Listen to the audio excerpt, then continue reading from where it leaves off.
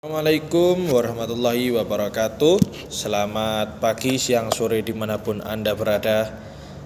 Perkenalkan, saya Rajendra Amar Bakhtiar dari Angkatan 2024. Tepatnya saya dari kelas K, Fakultas Hukum Universitas Negeri Surabaya.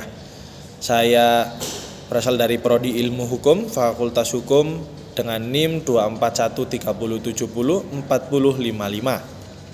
Dan hari ini saya akan mengerjakan tugas yaitu berupa review dari materi yang berasal dari PPT.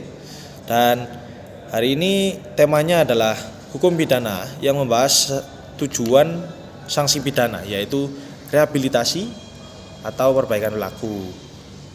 Tujuan sanksi pidana ini bukan sekedar menghukum ya, perlu kita ketahui, tapi juga nantinya dapat memperbaiki pelaku. Jadi pelaku itu sudah siap untuk diterjunkan kembali ke masyarakat dan menjadi manusia yang lebih baik lagi nantinya.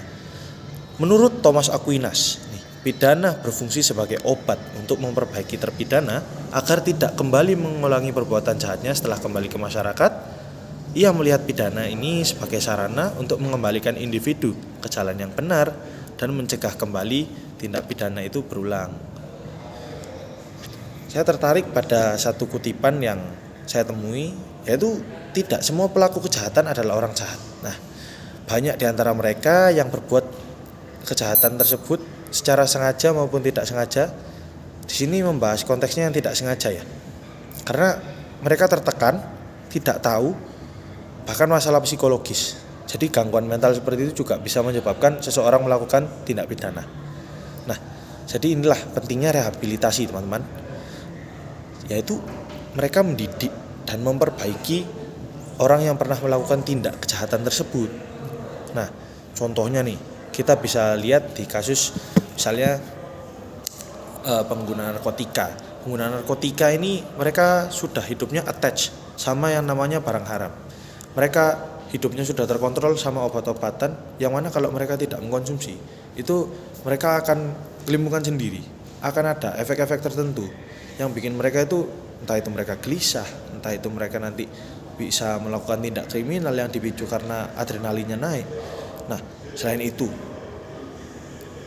juga ada rehabilitasi bagi yang mengalami gangguan jiwa, gangguan kejiwaan, yang itu mungkin disebabkan oleh beberapa tekanan dari lingkungan luar yang menyebabkan individu itu dia melakukan tindak kriminal adalah untuk menyalurkan emosinya tersebut. Misalnya ada yang tertekan karena dia ditagih hutang karena dia tidak bisa membayar.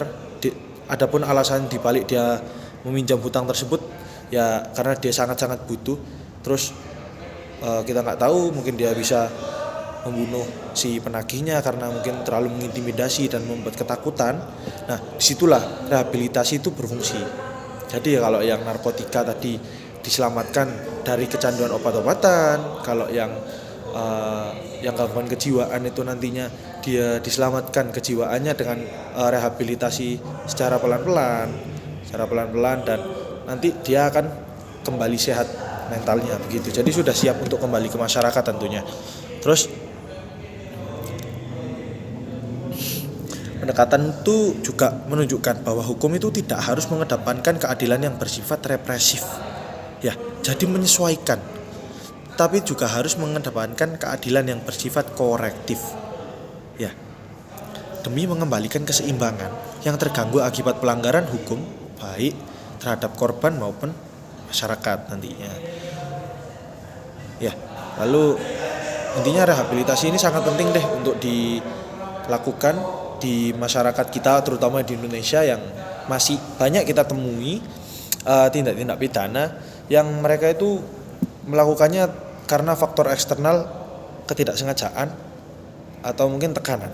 Ya, jadi kita sesama manusia haruslah saling menjaga mentalitas sesama manusia juga.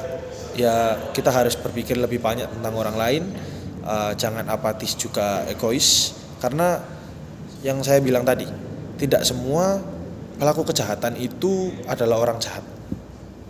Sama manusia harus saling menghargai juga.